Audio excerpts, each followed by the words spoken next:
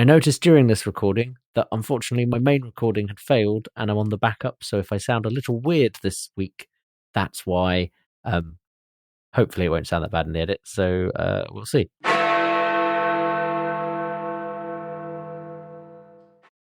Hello and welcome to Unparliamentary Language, a podcast that knows all the rights and wrongs in the Big Ben Bongs. And how are you, Rob? I'm very well, thank you. How are you? Yeah, I'm very good. I'm a bit tired, but I've had an enjoyable weekend in the mountains. That's lovely. It was. I had to deal with some small humans who were there, but such are the trial and tribulations of being a scout leader. How's your week been? Since we last recorded, which was at your house. Yeah, I'm slowly getting used to the fact that it's 2020. All of my jokes about having 2020 vision are now out of date, so I don't know what to do with myself, really. I need a new pun, but I'm sure one will come along. Yeah, I mean, there are plenty of puns out there. Do you want to describe, before we head in to this, what our vague changes we discussed to the podcast? Yeah, I hope I remember them correctly.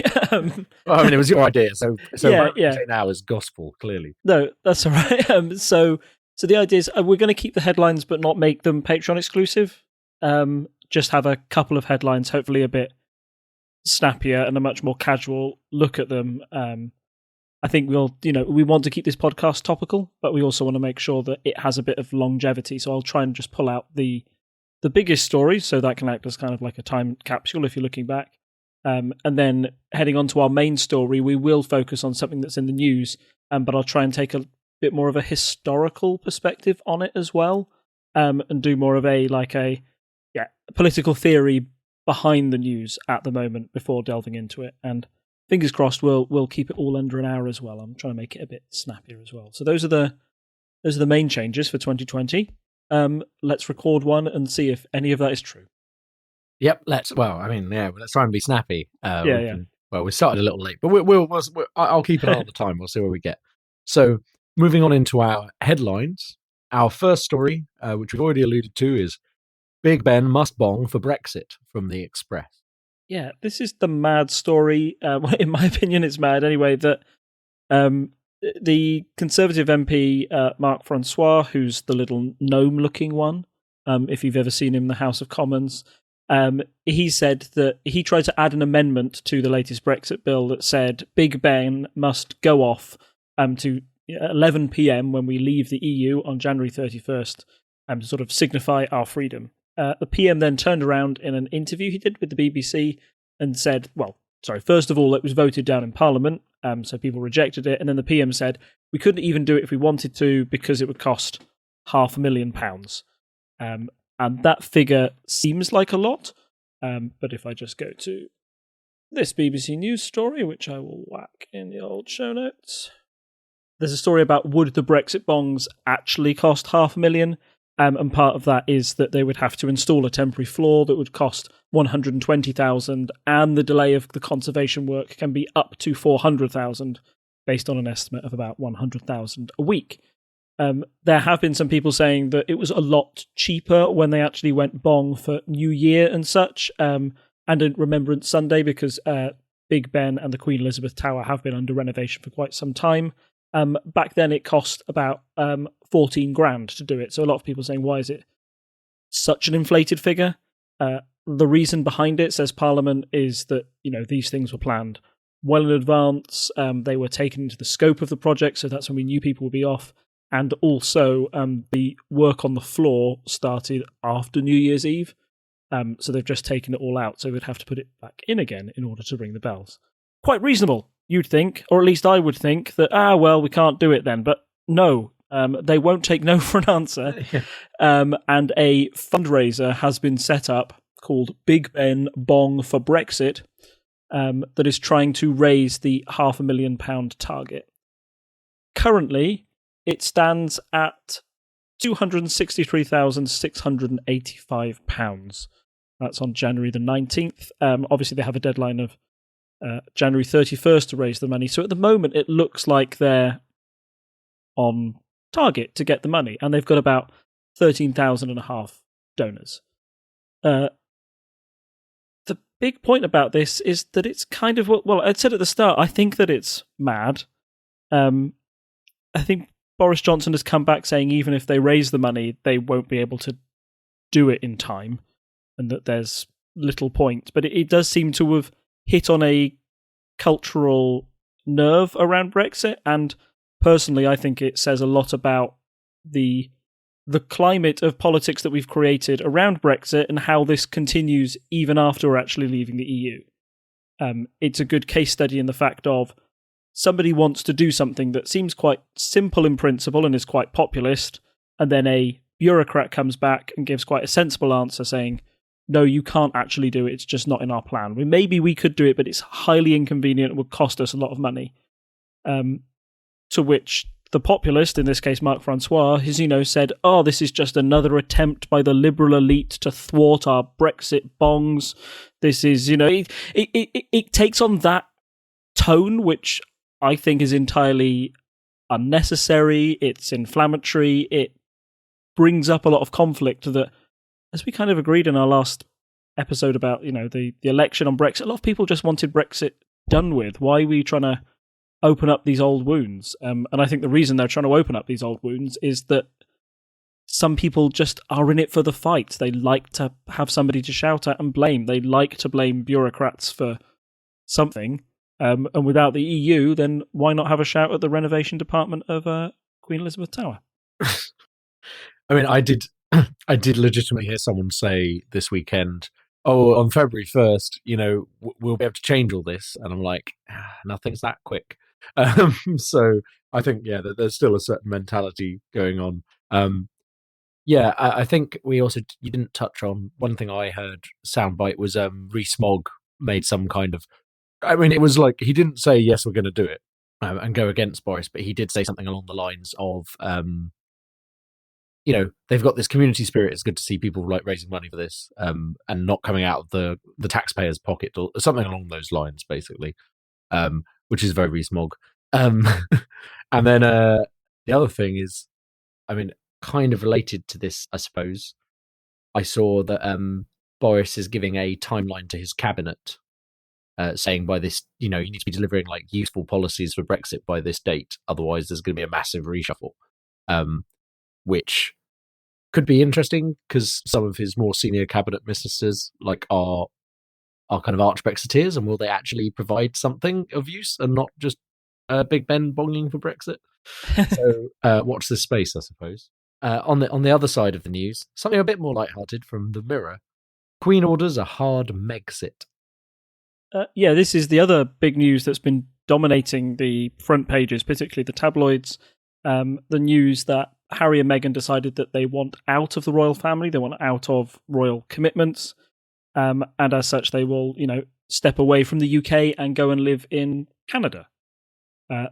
This has caused quite a stir, and again, I think is like the Brexit bonging issue. It's another kind of culture war that brings up these really odd divides in society that are kind of split 50-50 almost. And it's almost like on the same lines as Brexit. It's almost like a generational thing as well. A lot of people, who I've spoken to at my age say that, oh, that seems fair enough. Harry's had a hell of a time with it, and the tabloids have treated Meghan awfully. There are a number of examples I saw where it showed, I think the clearest example was the Mail ran a story on Kate Middleton saying that she's cradling her baby bump lovingly, and that's just what a mother should do. And then the next story was Meghan doing exactly the same thing, and it said Meghan flaunting her baby bump as she cradles it brazenly. Why would she ever do this? And it's that kind of culture war stuff that has led to, many people thinking that it's Meghan that is driving Harry away from this, and led to some pretty despicable Leave EU Twitter posts that basically suggested that Harry had been cuckolded by his new wife. It's a strange situation. One that, I'm not particularly a royalist, but I just think good for her. Good on them for leaving. I know if I was in that situation, I'd want out. But it's caused a big debate amongst traditionalists and everybody kind of likes a royal scandal. They're the biggest, they're the most newsworthy family, I think, that we've got in Great Britain.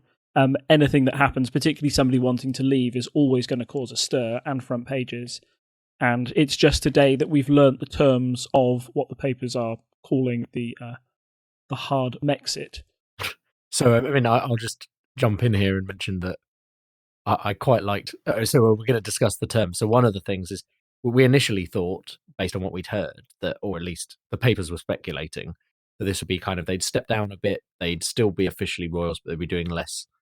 I mean, they are still royals, whatever happens, but there's a distinction between royals who are working for the royal family and people who are royal by birth and don't actually do the various duties and technically represent the Queen.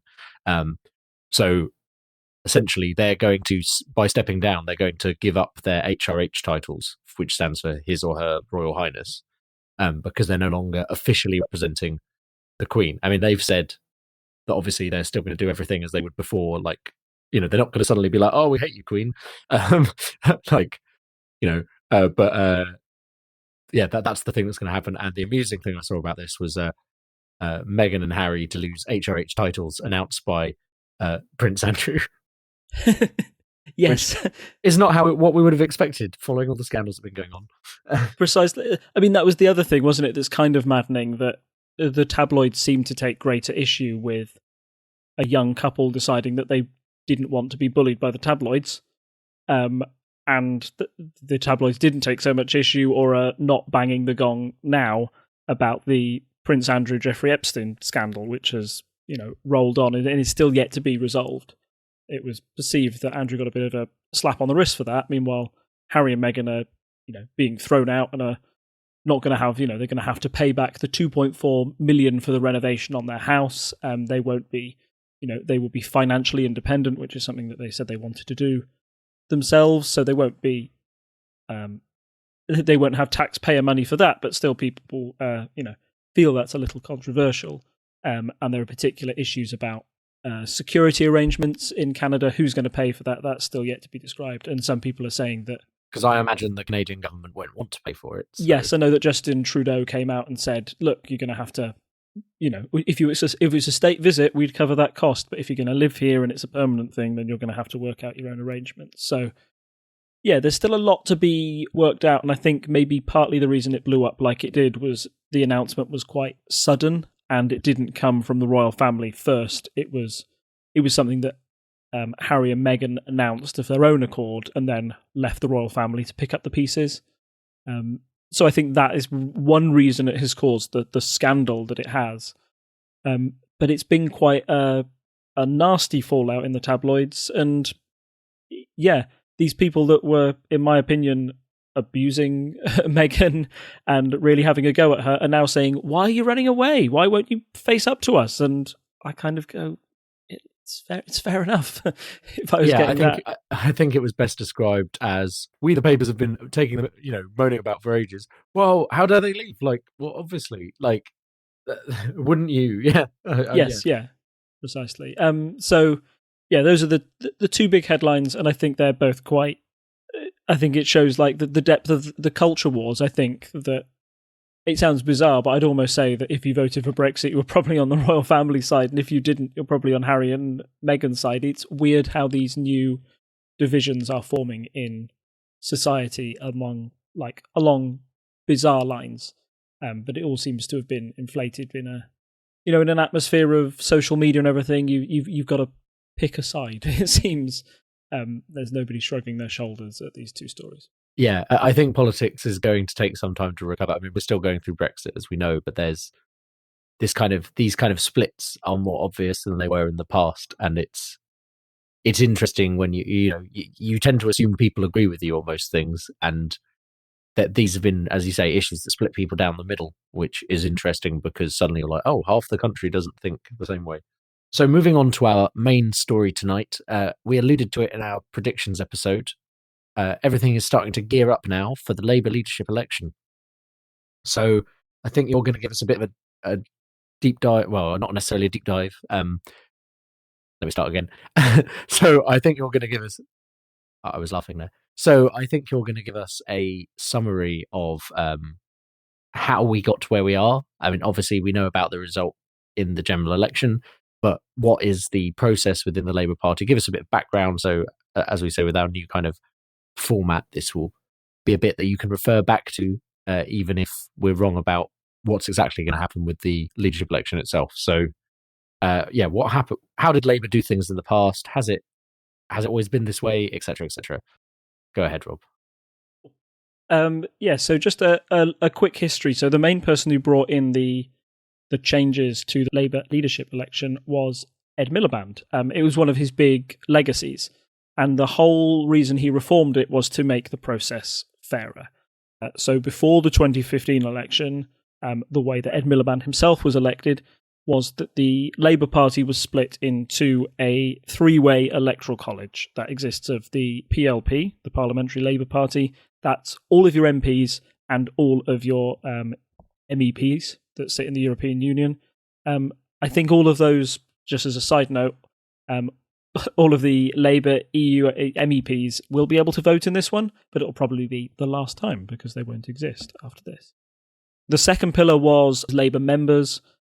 So anybody off the street who decided to pay their membership fees as a member of the Labour Party, they were the second pillar. And finally, the third pillar was the trade unions, who have always been a large part of why Labour exist. Organised labour and trying to put pressure on factory owners to improve conditions was kind of the basis of the Labour Party and is still a major source of funding for them as well.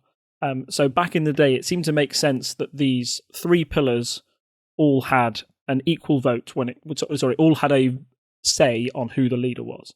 The big problem was that it wasn't equal in terms of how many people there are. So if you think of the Parliamentary Labour Party, that could be around about like 250 to 300 people. They all voted, and that counted as a third of the votes for that person. Next, the Labour members, their vote would all be pulled together, and that would be the second, third, and then the trade unions would decide. As you can see, there's probably a lot of problems with this system. It gives huge weight to the Parliamentary Labour Party and their say, and gives the actual members very little influence on who's leader. The other big problem with it was that theoretically some people could vote three times. Unsurprisingly, a lot of people who were members of the PLP were also Labour members, and a lot of them were also members of trade unions. So the fact that you could triple your vote up, even if that didn't count the same every time, was seen as unfair. So Ed Miliband looked to simplify the process and say, look, it's one member, one vote.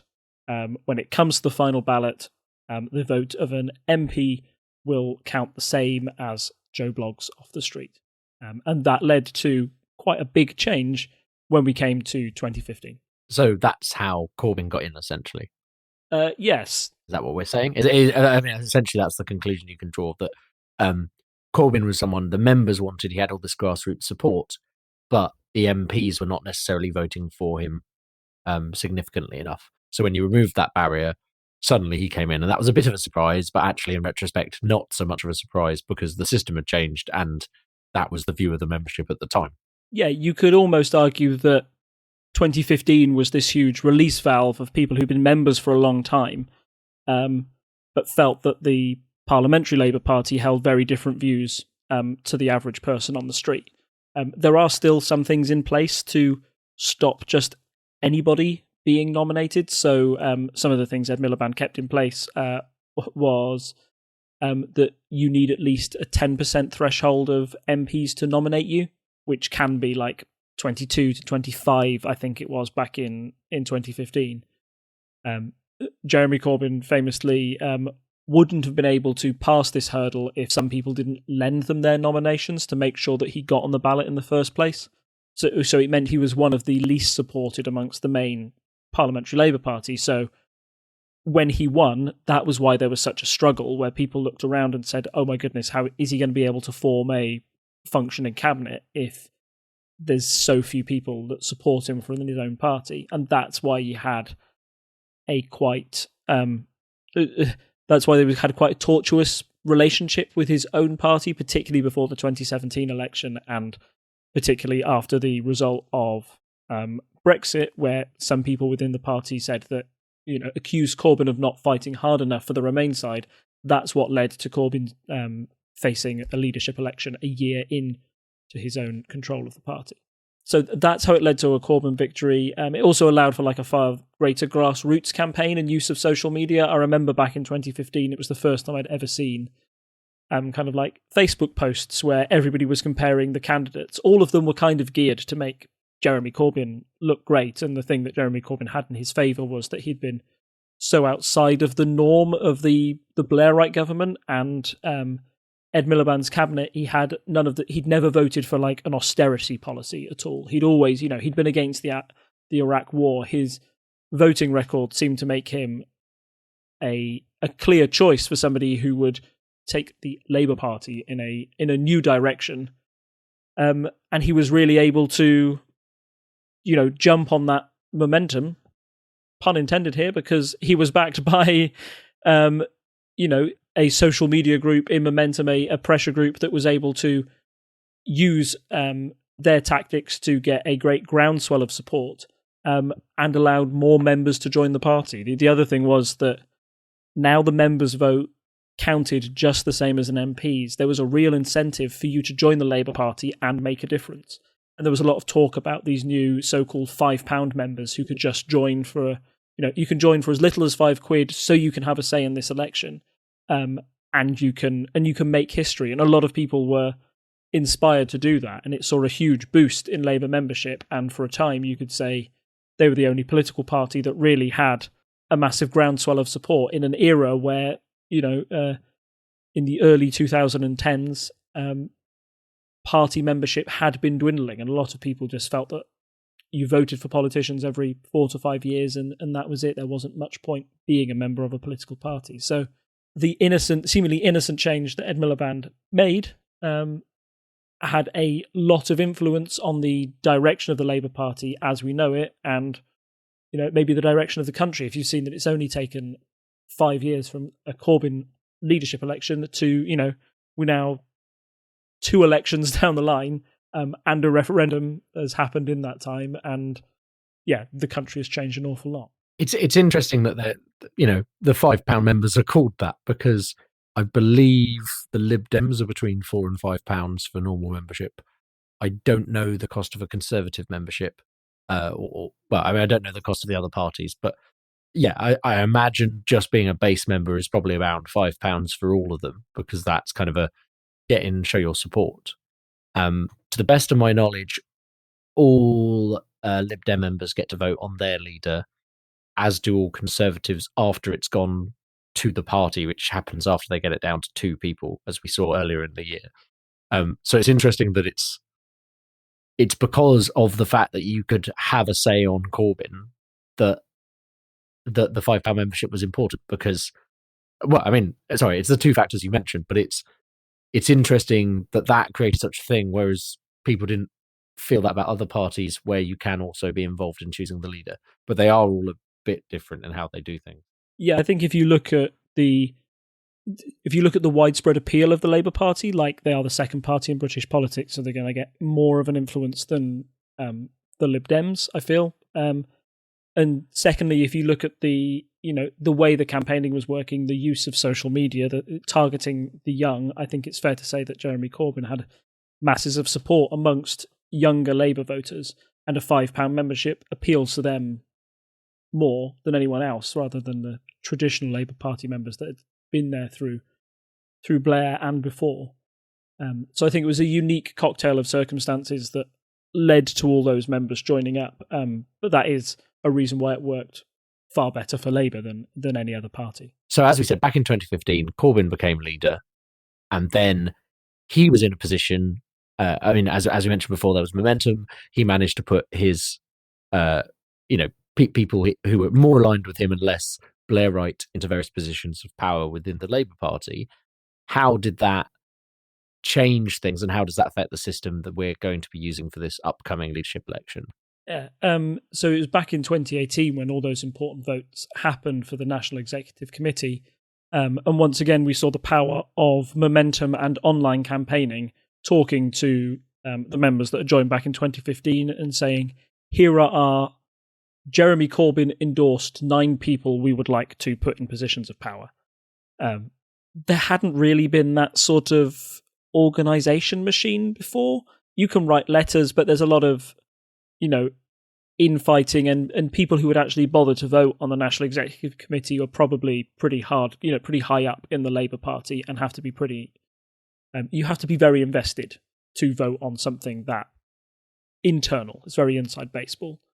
But by momentum making that information readily available to ordinary members, campaigning online, and making people who had first been inspired to join the Labour Party because of Corbyn, making it very easy for them to have their voice heard.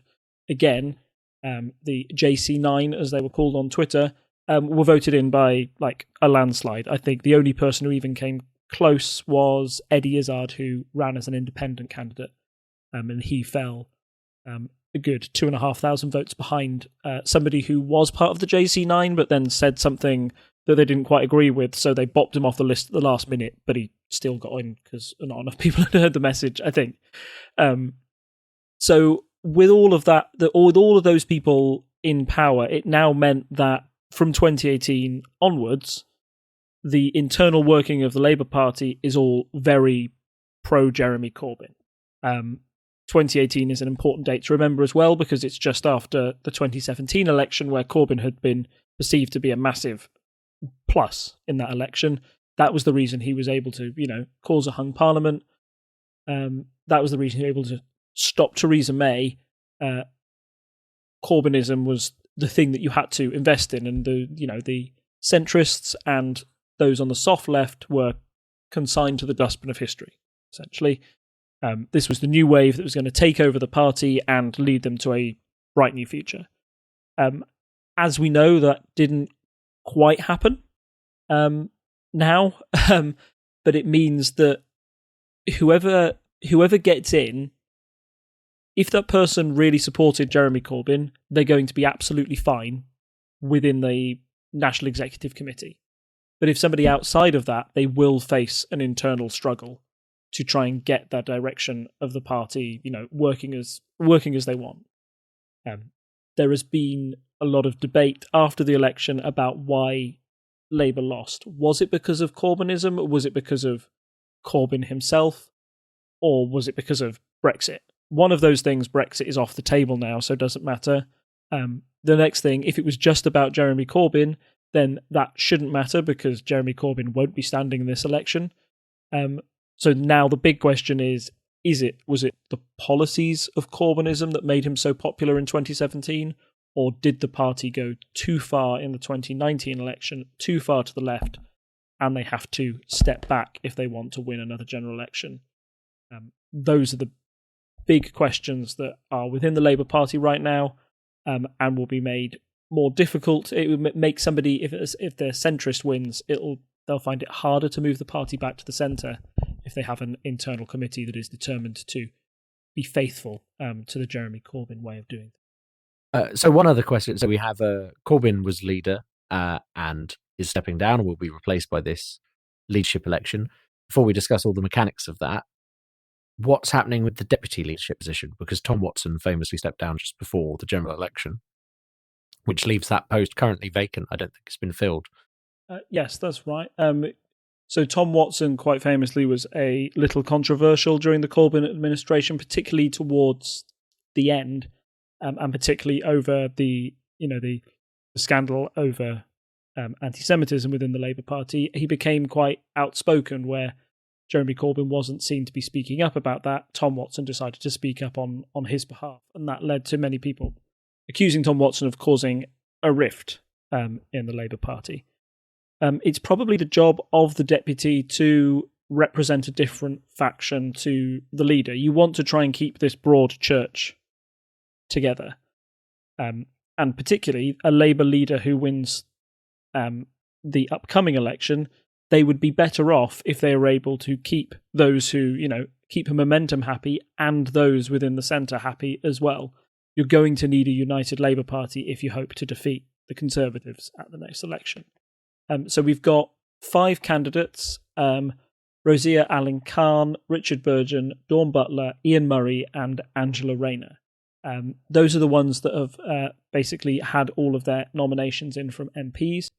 And a quick look at them, I mean, I'm going to admit that I don't know their policies inside out for the deputy leaders of the Labour Party, but you can kind of get a bit of an idea of where they stand if you look at their list of MPs who nominated them. So, for example, if you look at Richard Burgon, he's got Diane Abbott, John McDonnell, key Corbynites, so that suggests that he would stand for that wing of the party.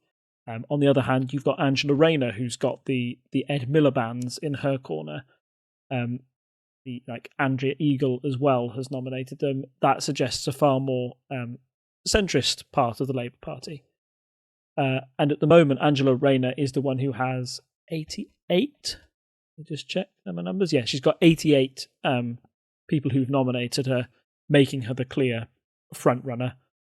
I'd say the person who's in second place is probably Richard Burgon because he does represent the other wing of the party, and the rest are probably also Rands. They are a bit of a side note, but I think Angela Rayner is probably a good candidate to try and bring both factions of that party together. She was long-standing in Corbyn's cabinet. She was Secretary for Education and fairly loyal as well, even though she wasn't a front bencher. She'll at least be semi-recognisable. So yeah, I think that she would be a good choice and is likely the one to take the deputy leadership position. There's a long way to go, however. The actual vote doesn't happen until April the 4th, so there's still a lot of time for things to go wrong. But I imagine that there will be less focus on that race alongside the main race that we're about to discuss. Yeah, but it's always not worth ignoring. I think when Tom Watson won in 2015, people went, that sounds about right, because Tom Watson was a recognisable figure within the Labour Party.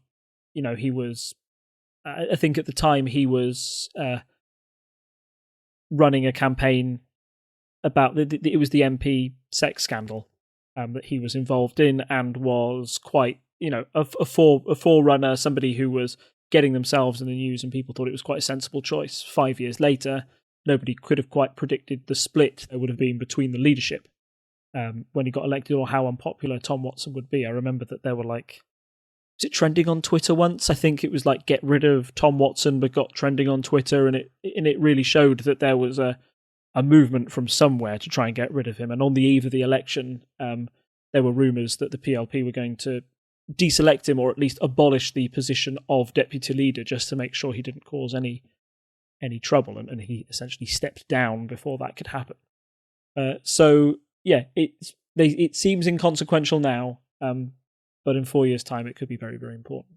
So taking all of that history that we've just gone through in as our context for the rest of this discussion, what's happening this time around? So I think some of the candidates we talked about who, in our predictions episode, not the ones that we said might win, but some of the ones we mentioned have already not managed to garner enough support to continue. And yeah, well, what are your opinions on what's going to happen, and where do we stand at the moment? And I presume we've got a little way to go, because is this also April the 4th, or is that just the deputy one? April the 4th is the final announcement for the result of the leadership election. I think the reason it's getting so much coverage now is because the deadline to register as a voter, if you wanted to vote in the Labour Party election, it would be on the 20th of Jan. So that's tomorrow, if anybody's listening live. So that's why you need to be in the public eye now and talking about your policies online and getting yourselves nominated to try and get those influx of members to make sure that your chosen candidate wins.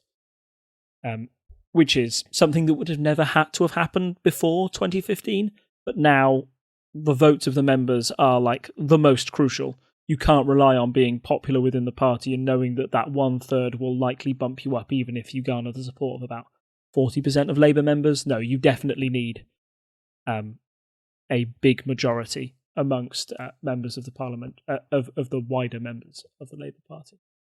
We've also had the first round where the MPs have had their say, and you need to pass that 10% threshold. So we've already had a few people withdraw or decide not to run. So the big the most notable figure to withdraw their candidacy was Clive Lewis.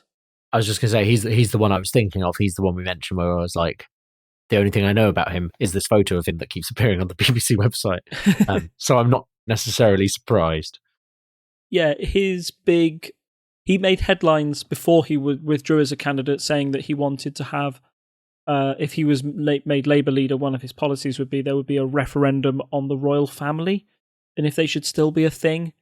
And I do remember thinking, sure, you could do that, but if there's one thing that people tend to hate, it's referendums and trying to abolish the royal family.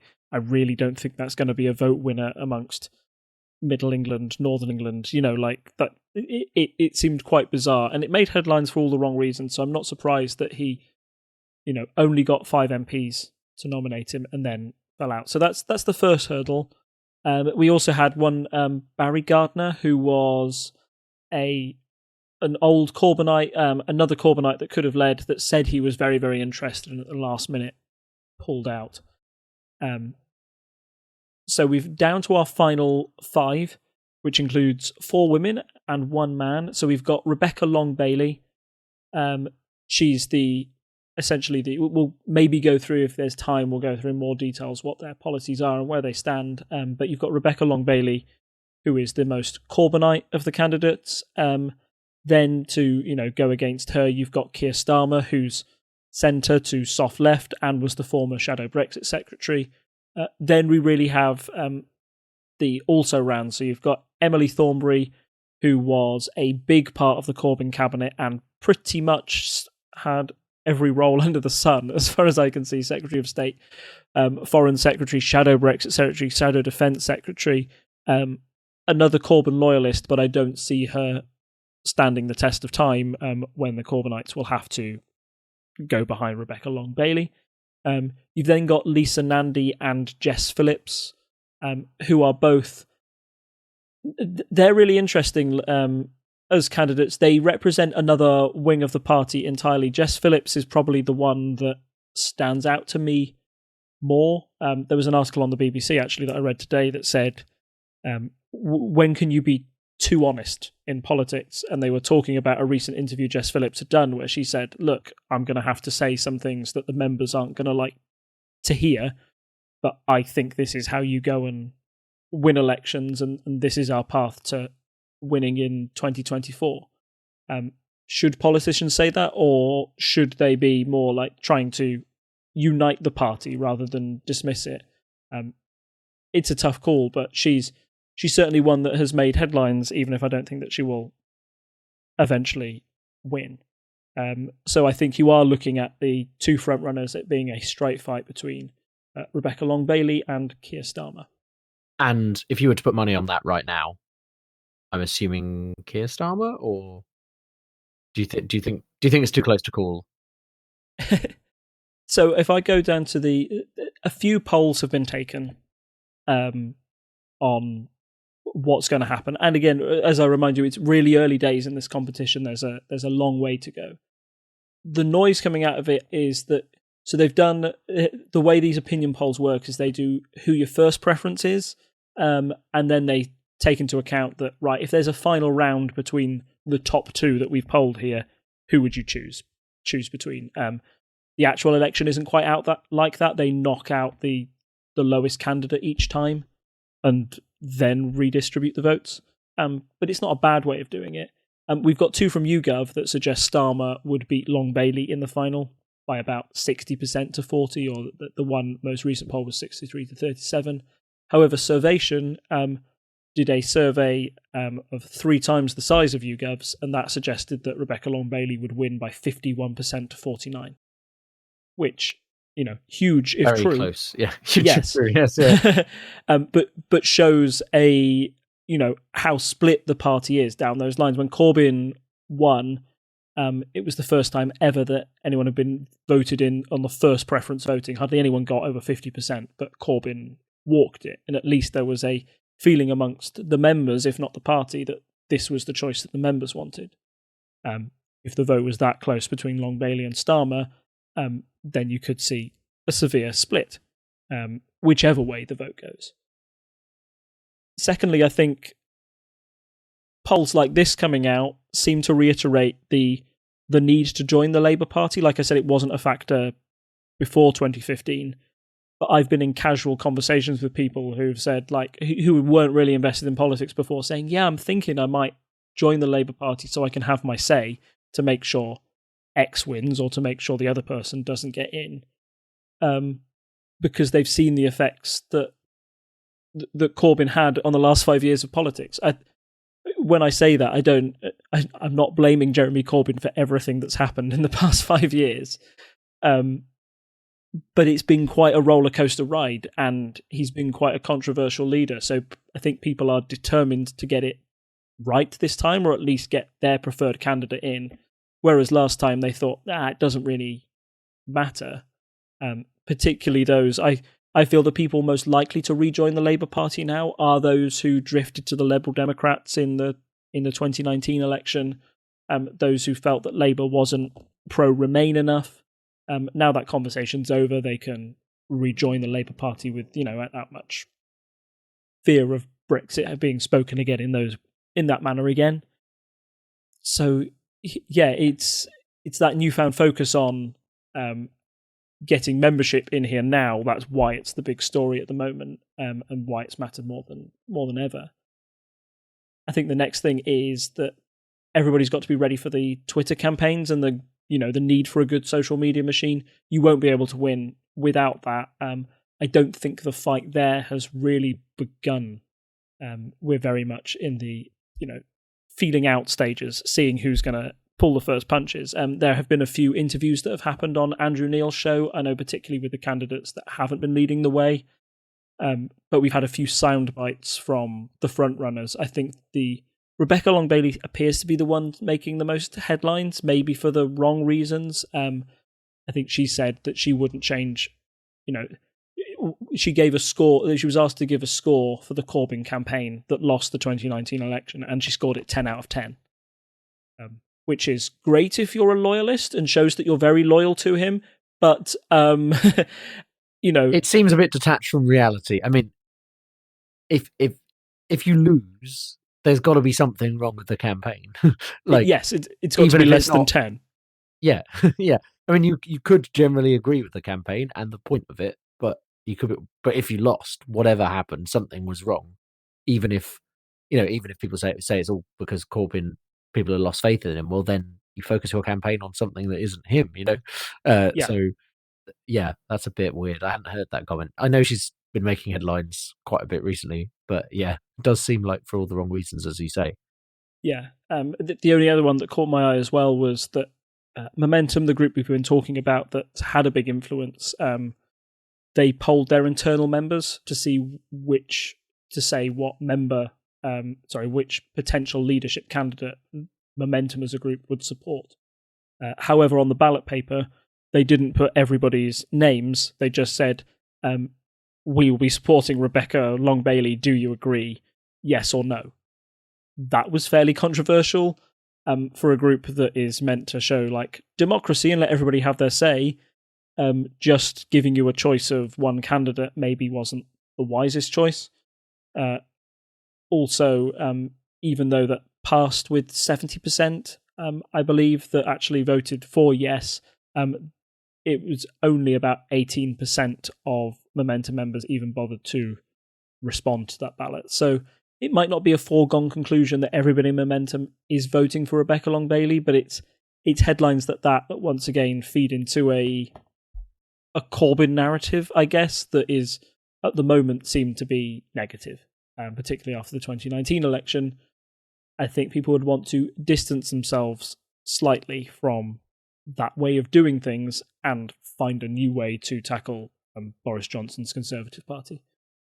If Keir Starmer has the answers to that, I'm not sure, because Labour's in a really tough place now. They can't be seen to go full Corbyn, because that seemed to be rejected by the electorate, but they're also afraid to go back to Blair, because they know amongst the grassroots that that's still very deeply unpopular and they will probably lose the majority of people that they gained under Jeremy Corbyn. So where do you go? It's Labour are once again walking another tightrope, and it's going to take quite a skilled leader to navigate that. Yeah. I mean, I think wait and see, but it's nice to have had to think about it now before we get into the nitty-gritty of the campaign, before we have whatever's being flung back and forth on social media and so on and so forth. So thank you, Rob, for that. I think we have basically kept to time. That's very good of us. Please give us feedback, listeners, about the new format. Tell us if this is what you like. Obviously, we'll also see the stats. If suddenly we get a lot more downloads, we'll be like, oh, an hour. That's the peak, the best time. In fairness, I think shows under an hour tend to be what people prefer, and I can understand why. So, yeah, I mean, any feedback you want, you can give it to us in all the usual places. So those are at parliamentary.observer on our website, where you can comment on the individual episodes. You can, of course, go to reddit.r/unparliamentary. Find us on Instagram or Twitter at unparlpodcast, and find us as Unparliamentary Language on Facebook.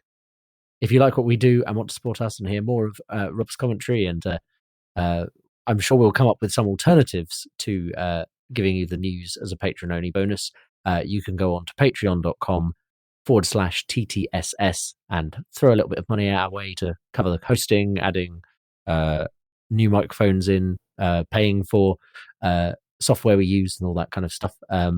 Anything really to help us keep running. It's always good to have show your feedback in that way. And if you can't afford to throw a bit of money our way, one of the best things you can do is go and rate and review us on whatever your podcast app of choice is. Or, of course, tell a friend to listen to the podcast, because then we get more listeners, and that's great. Don't know if there's anything else more to say this week. One quick note, actually. Sorry, we didn't do a quick polls update. That's because, funnily enough, there aren't many polls to look at just after a general election. In fact, our favourite poll tracker hasn't got anything on it since the date of the election, because I think that they haven't bothered to do any polls yet. So yes, no polls this week, but we'll see in the future. So the only thing left to say is it's good night from me. And it's good night from him. Bye. Bye. Bye. Bye.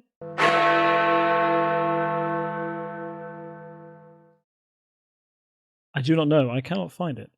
The Wikipedia page has let me down. Google has let me down. I can look through the Labour Party rulebook. It's tonight. I just said it's tonight from me. It's tonight from me. New year, new catchphrase. It's tonight from me, yes.